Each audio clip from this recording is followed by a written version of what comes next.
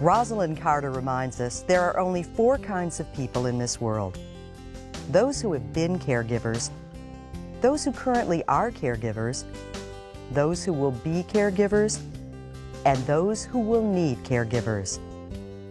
Join us for Life Journeys, Solutions for Caregivers. Major funding for this program is provided by the John R. Oishei Foundation, a catalyst for change, produced in partnership with the American Red Cross Greater Buffalo Chapter, dedicated to helping people lead safe and healthy lives. We got fish, macaroni and cheese, some coleslaw, and some greens, okay? Today, many of us struggle to take better care of our elderly and most ill. The day in the life of a caregiver is a long one. Can you see? I can see. All right. That's what we want to know. I'm going to put your breakfast stuff out, okay? Okay. I'm Susan Hunt, and in the years that I cared for my mom, I suffered the guilt, the stress, and the loneliness that most caregivers feel. But I also learned so much. Every year, more than 50 million American families cope with the challenges of caregiving. It can involve everything, from feeding, clothing, bathing, and providing a safe environment, while juggling a demanding schedule for you and the rest of your family. 1, 2, 3? Yeah. Okay. In this program, we're going to look at the challenges that caregivers face each day and provide some great solutions. Now, I'm joined at the kitchen table by Paula and Jamie and Sue, and we're about to address 4, I think, critical areas if you are going to care for somebody in your home. And those areas include personal care, home safety, nutrition, and caring for the caregiver. Now, Jamie, you and I are somewhat sisters because I cared for my mom and you're in the process of caring for yours. So tell me a little bit about your journey. Well, I moved back home approximately 5 years ago, not with the intent of becoming a caregiver, but I was just thrown into it because my mother she actually took care of herself. She was very, very independent, and her health just dropped. It just failed. And it was as if we had to be everything to her. And we are everything to her. When I say we, I'm referring to my sister and my 2 nieces. You ready? I'm gonna get your head, and Jamie's gonna get your feet. You ready? Now swing your shoulders around. 1, 2, 3. There you go. See you in the morning, Ma. Okay? Let's go get it. I don't classify myself as the primary caregiver because my sister's a nurse. I look at her as being the primary, but I live with my mother, and I take care of her until the aide comes in, and then until my sister relieves the aide. All right, so did you update the calendar here? Now, tomorrow, I got club meeting. I'll be here tomorrow, so you can go to work in the morning, but I need to be out of here probably about 3 o'clock tomorrow afternoon at the latest. So But how do you keep everything straight? How does one person know what the other one did? We have a comment sheet. It consists of, her daily comments, whether or not I gave her a mini bath or she had her breakfast, meds, and if she used the bathroom. Her doctor comes in for house visits, and we have everything on there, so all he needs to do is just look at the sheet to see what happened. Does this sound about right? Does she have it nailed? I think that the story that Jamie tells is a common story, but I think what's very unique about her story is you can see she has a teamwork approach to it. She's got support, she's got organization, and I think that there's some training she mentioned with her sister being in the healthcare field. One of the things that I noticed is, when I started taking care of my mom, one of the first things I did was I made a list of all sorts of things.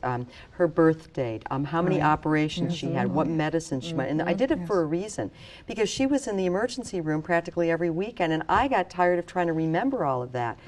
Have you done the same thing? Oh, yes, because there have been instances when when the fire would have to come and we would have to take my mother to the hospital. I'm nervous, I don't know what's going on. My sister actually created what she calls a medical history on my mother. It lists her birthday, things that she's allergic to, the medication she's allergic to, the pills that she's currently on, and her doctor's information. This is really important stuff. And one of the things I want to kind of go in this direction, because I know I struggled with it, which is the act of being a caregiver is physically demanding. Yes. Paula, talk to me a little bit about the whole idea of taking care of someone from positioning and moving, because it really is challenging. Yeah, I think that we are all born with the desire to care and love each other, especially your loved ones, but we're not born with the skills of how to provide that care. And it is very physical, and it can injure you, the caregiver, and it can injure the one that you're caring for. 1, 2, 3, and just gently move her up. There are Now, that programs may out there that can not help look like teach a you big how to deal. move somebody maybe one a safely, little bit and your goal is to be successful at it. And then you want to try to lift using your knees, and you want to turn her. You don't want to twist yourself. You want to pivot. And you want to make sure that that chair, okay, is positioned properly and locked. I should mention that as well. I'm at home and I have to take care of an individual. All right, we'll just say my mother, who is not ambulatory. For example, how would I get her out of a wheelchair Yeah. safely into bed? I think that first you want to look at the home and look at what that person's sitting in. If they're sitting in a wheelchair, you want that wheelchair to allow them to be able to rise out of it. So they might need a cushion to elevate them up a little higher. Armrests can be removed, so when you go to do a transfer from a chair to a couch or to a bed, you're closer and there's no barrier. Getting as close to the person you're moving as possible and getting as close to where you're going. Using things like a turn disc, sort of like a lazy Susan. It's put on the floor, their feet step on it, and the disc turns so that the body is moved for you. Things like that. Where Gait were you belts. when I needed you 5 years ago? These are great ideas. What about getting in and out of a car? That was always a challenge. And when you have to take an individual to a doctor's appointment. Same thing, get as close to their body as possible, get them as close to the seat as possible, backing in first so their buttocks is ready to sit on the seat. Even ground, not uneven ground. Putting them in the car on their strong side so that they're always entering into the car with their strongest side. That'll help you get them in the car. Great tips. How do you, when you first notice someone who perhaps, maybe they look a little more soiled, maybe you notice an odor that never was there, you know, and you realize, oh, tag, I think I have to start worrying about personal care. That can get really challenging. I know I use that word a lot, but a challenge is the operative word here. That's true. You know, talk to me a little bit about that. Well, when you start to notice those signs, then you do need to know that you need to, you know, take some action to step in, that they're probably not caring for themselves the way they should be in other areas, which can lead to things down the road that you don't want it to lead to. If they're not bathing properly, they can get some issues with skin, or if they're not providing enough oral care, doing their teeth, and maybe they're just too tired, so they just go to bed. You know, you can start to notice those things, and the first signs are going to be their clothing and their appearance. Talk to me a little bit about just certain elements of personal care, the bathing, the oral care. I mean, you deal with bathing? Yes, I bathe my mother every morning. We classify it as a mini bath, but I everything that I do it the exact same way. I don't change anything. My day is the same.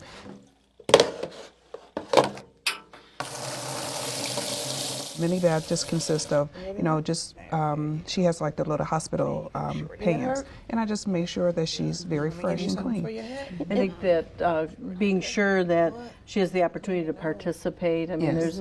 there's dignity concerns and there's those independence concerns, and so I know that the way you care for your mother is better than anyone else could care for them. You know, and you just touched on a great element, which is dignity and respect, because this is very difficult for the individual to give up their privacy, if you will. Definitely. You know? And you know, we talk about oral care. Very important. I mean, it's if something builds up in the mouth, it's so easy to get an infection, isn't it? Oh yes, that's a definite direct link to the blood system. You're through the gums. You definitely want to make sure that that's being done, and for some reason that seems to be one of the hardest things besides bathing that a person who needs care can handle. You know, they seem to resist that the most, if they're going to resist anything. So there are some other solutions out there. There are, instead of toothbrushes, which may be hard on the mouth, there are little sponges that you can get in there and clean with a mouthwash solution or something like that. Okay, I need you to rinse twice, okay? I have to be very organized in order to do all the very many tasks that I have to do.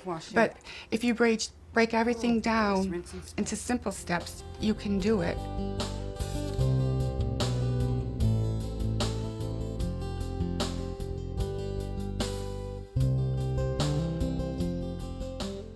You know, Sue, in talking about oral care, it brings up the question of food, plain and simple, and how important proper nutrition is for somebody who isn't paying as much attention as they should. Right. Well, it's important for everybody, first of all. But yes, a well-balanced diet, you need that. Especially if you're medically compromised. You definitely need to have certain things. You need protein. You need fluids. Fluids are very important. You need to have enough calories to sustain your weight. You also need to have fiber. You know, everybody needs to be regular. Yeah. So there's certain things that you need to have and that you should pay attention to when it comes to nutrition. Talk to me a little bit about meals and how you can kind of mix things up. Actually, I should probably ask you, Jamie, because you're doing it. Right. Well, my sister, she prepares like several meals throughout the week, and then by the time I get home, or if she gets there prior to me arriving, then she will prepare my mom's meal. My mother wears dentures, but for the past couple of years, she's never worn them when she eats. So we just make sure that her food is cut up very fine, so she will be able to eat the food. And then when we give her meds, we put it in, we crush them up, because it's hard for her to swallow. Well, she won't swallow a pill. So this is a trick that my sister taught me. So we just have to make sure, because if she feels like a little pebble on her tongue, she will try to discard it. Fluids is the one thing I worry about most sometimes, you know, because she can't go in the kitchen and pick up a glass of water or a glass of juice. So we frequently during the day just offer some extra, offer fluids whenever I can think about it, to try to keep her hydrated. The mechanics of eating can also be extremely difficult. And have you found that with your mom? Yes, well, my mom, she actually has tremors, so she's not able to hold a utensil, so we basically feed her. But there are moments when she can hold a cup steadily, and she will try to take the plate from us. So when she does that, then we allow her. You know, You should try to keep her as independent as possible. But if a person, I mean, are there things out there, if a person can't do that, are there things out that can help? Yeah, especially if they've had some loss of function in their hands or something, you can buy utensils that are wider, big, built up. There's plates and dishes that have edges on them so they can scoop against that. Are these readily available? Oh, sure. No kidding. Yeah, you can find them probably even in drugstores. Yeah. You know, they sell some adaptive The ergonomic equipment. design now is out there. When you talk about what someone is eating, you're also talking about the time that they're eating. And, you know, we remember, oh boy, when we're growing up, we have a big family meal. Right. Everything's, you know, centered around that. And all of a sudden, you don't have the family anymore, and you probably aren't prone to wanting to cook a very big meal for yourself. So let's sort of say, how do we know that they're really getting the food that they need? My clue was I went to my mother's house, and everything was a soup can. Yeah. A soup can filled with sodium. Yeah, pretty common, pretty common. It's a simple meal. There's no demands to it, and as people narrow down their life a little bit and simplify the meal, that's what you're going to see. When you look at the clues in the home, you're going to see what's in the cupboards, what's in the refrigerator, what's in the garbage can. That person who is alone is at risk for not eating. So we have to monitor that. And, you know, when you're talking about your mom and saying that she doesn't wear her dentures when she eats, I mean, at least she's taking it in. If she struggles, how do you know if somebody's struggling to take their food in? Oh, well, there's signs. You can definitely tell if they're eating and their nose is running, their eyes are watering, or they're coughing.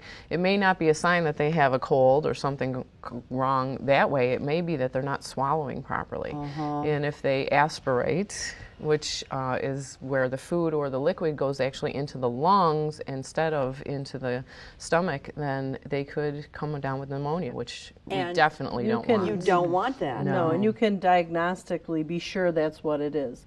A chest x-ray will show if it's pneumonia or aspiration-related pneumonia. So important to know about that, because that can be a killer. It really can. What about the individual who is not at home, who isn't there on a day-to-day basis, like Jamie is, monitoring? What can you do to make sure that there's food in the house and you know that they're eating? Yeah, I have a friend who doesn't live with her father. He lives alone, and at mealtime, supper time, she calls him every night. He puts her on the speakerphone, and then she's his companion. He's not alone at that mealtime, and he eats. And then she can hear him prompts eating, to so eat. she knows Right. he's getting it. That's See, good. socialization, just having Big. that conversation, Very if you big. will, is probably more motivating for them to want to eat. Do you find that? Yes. Yeah. Yes. Yeah. It's more of a game with us when we're feeding my mom. More than it's a game, but it's a successful one. Yes, it is. You know, and all right. So let me go over this so I'm clear. So what we're looking for is proper nutrients, obviously, lots of liquids, protein. I noticed you didn't mention fats, but okay, that's all That right. is. Calories, and the all-important Fiber. fiber. One other thing that we didn't touch on is the fact that, what about home-delivered meals? That's a great opportunity, Sure. isn't it? True. To give yourself a break? To give yourself a break, and then also if you're not right there, you know that somebody's delivering those meals, so that you know that that person is kind of checking in on them. Absolutely. You know, Great they're- safety right. feature bonus to the meal. And plus, if it's the same person that's checking in from time to time, they'll also notice things that might be, you know, not quite where they should be, and let you know. So that's exceptionally good, I think. And those meals are well balanced. So you know that they're getting, you know, their vegetables and their potatoes and not just soup. You know what I struggled with? I wanted my mother to eat the same things that she ate when, you know, 10, 20 years ago. And we used to love to go out to dinner, you know, roast beef, steak, you know, all. And I realized that she wasn't interested in that. And it made me angry, but I don't know why I got angry. Hey, we all struggle for that 100% consumption, eat what you used to eat. She wasn't as mobile as she was when she used to eat that type of meal or that size meal, and the changes in the appetite and the taste buds and in the amount you can consume. How is it? Nice and spicy. Delicious. Oh, good. Just the way we like it. Oh, Nice yeah. and spicy. She always likes to make sure I have enough food. You know, she'll always keep a little bit on her plate. Oh, here's some for you. You know, I try and portion everything out, though, so there's enough for both of us. But, you know, Mom worries. Always has, always will. Butter on your bread? Yeah, I'll have a little butter. You started without it again, didn't you?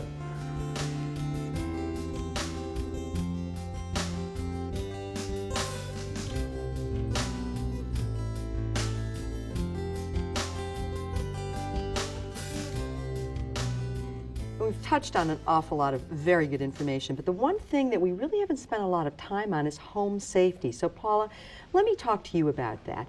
What happens when you know that it's come time to adapt the home? I think very straightforward. When you go into the home, look at the rooms they need to have access to and make sure they have that access. The most dangerous rooms are the kitchen and the bathroom. Falls occur in the bathroom, wet flooring, and climbing into a tub. And in the kitchen, it's burns or cuts. So you want to remove the safety risks that are in those rooms and walk through that home. When I do a home safety assessment, I go into the home with the person and I walk through that home with them so I can see where they need to go and what they need to do. And I always capitalize on the function they have. Well, actually, you bring up a good point. Is it important to have a professional come in and get a fresh set of eyes to look at your house? Fresh set of eyes is a very good idea, and it could be another friend or it could be a professional. But really looking at things that you didn't pay attention to. One of the things that's very common in homes are throw rugs. And for folks that are elderly especially, they can be a slipping or a tripping hazard. I had a fall in there about 3 months ago and tripped over that rug, but I guess we'll remove it now. You'll get the eggs out of the refrigerator. Well, we'll be married 70 years in October. One of the main reasons I want to keep going, I've got to take care of her. We'll put the dressing on the salad then. We've been very happy staying here. We dread having to go into a nursing home. One of my biggest concerns is the fact that the door to the bathroom opens inward, and this is a small, tight space. And if you or Peg were in here and you fell down while you were using the facility and the door was shut, you would fall against the door that was already shut, and you wouldn't be able to get to each other to help. So an easy solution to that would be to just remove the door, but then just install a spring or tension rod right here over the doorway. And then you could put up a shower curtain, and it would still afford you privacy, yet you could still get to that person if something happened and you needed to help them. That's a very good suggestion. Okay. All right, let's check out. You're really adapting the home for two people, the caregiver and the person you're caring for. Why are you're always smirking over there because you've been through all of this? Okay, so tell me, when you had to sort of adapt your mom's home, that's also a very sensitive area because it's not your house to do that with. Exactly. Did she fight you on that one? All the way. Right. There were moments when she would look around and she knew that what was supposed to be there wasn't there. She would ask questions, and then at one point in time, we were afraid that she was going to roll out of the bed. She had a queen-size bed, so we actually had to go ahead and get her a hospital bed. She was on a walker, and she would lose her balance. So we knew at that point in time that the walker wasn't sufficient. So we actually had to take it away from her. But, you know, she realized now that, you know, it's the best thing. And when somebody does use a walker and that's their way of getting around the home, you want to make sure the home's not cluttered and there's a path clear enough for them and their walker. Well, that's a good point, too, having a safe way in, safe way out. Safe way in, safe way out. Because you never know Have what a can plan. happen. Have a plan, and it should meet and match their physical abilities. So when they change, the plan should change. Well, what happens, though, if a person is physically able to move around their home, but they might have dementia? Okay, that really proposes a whole new set of problems, doesn't it? Oh, sure. They forget that there's a stairway there. Sure. They forget that the door leads to the outside, and if it's cold out and they walk out into the cold. So you can do some little things that can deter them from that, maybe a little sign that says stop, or this is, you know, or paint the doors the same colors as the walls, things that you can do to make them less able to Make do the that. environment a little bit smaller. Right. Is that, yeah, I was just going to say, you must have a ton of tips with what you do. Yeah, making the environment smaller, notifying the locals that this person has dementia living in this home, leave a photo of them at the police station.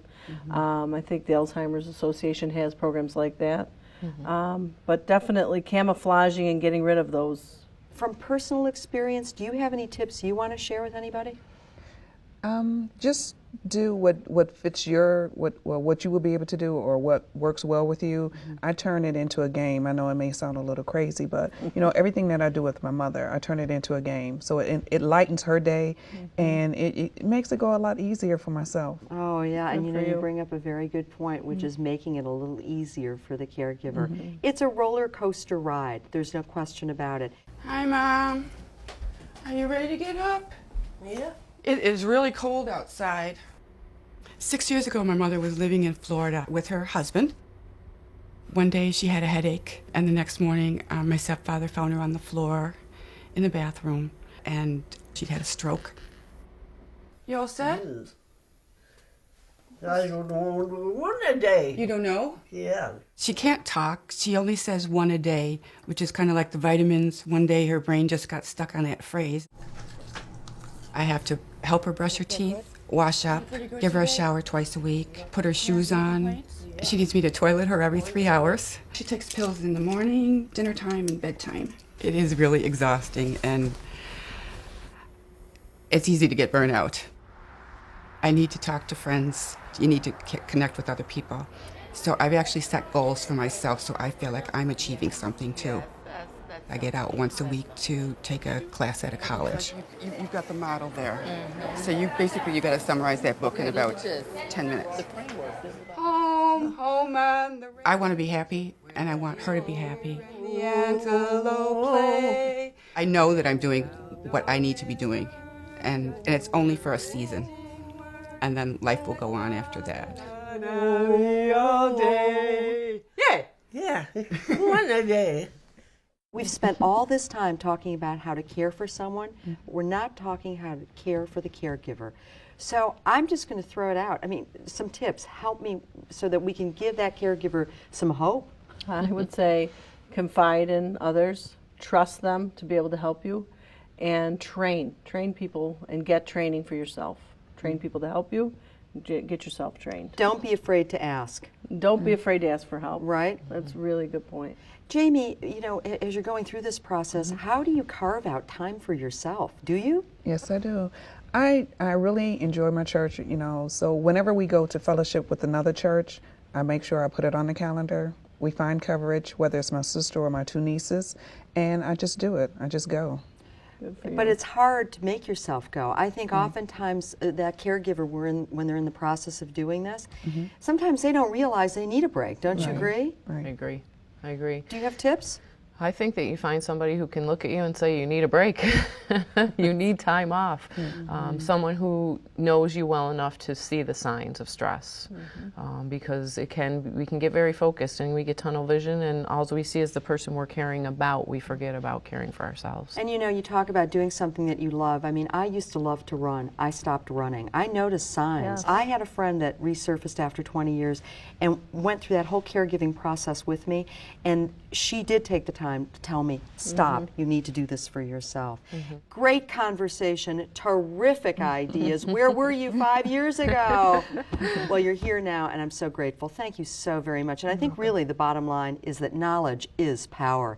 If you couldn't imagine ever doing this job, hopefully you've learned some tips that can really make this possible.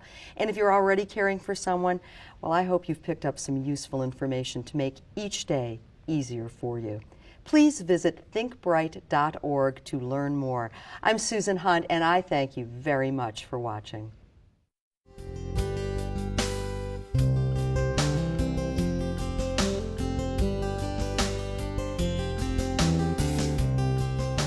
You're going to hold the washcloth with your thumb. Your palm is up, and you're going to bring that other side over, and then you're just going to bring it up and tuck it in. And all you have to do, put it up against the surface, wherever you'd like, and push these two buttons here, and it's a grab bar. These are little swabs that you might want to use for your loved one in place of a toothbrush. You want to do your eyes now? You want to do that now, Mom? That way you can see what you're eating tonight. 10 times, okay?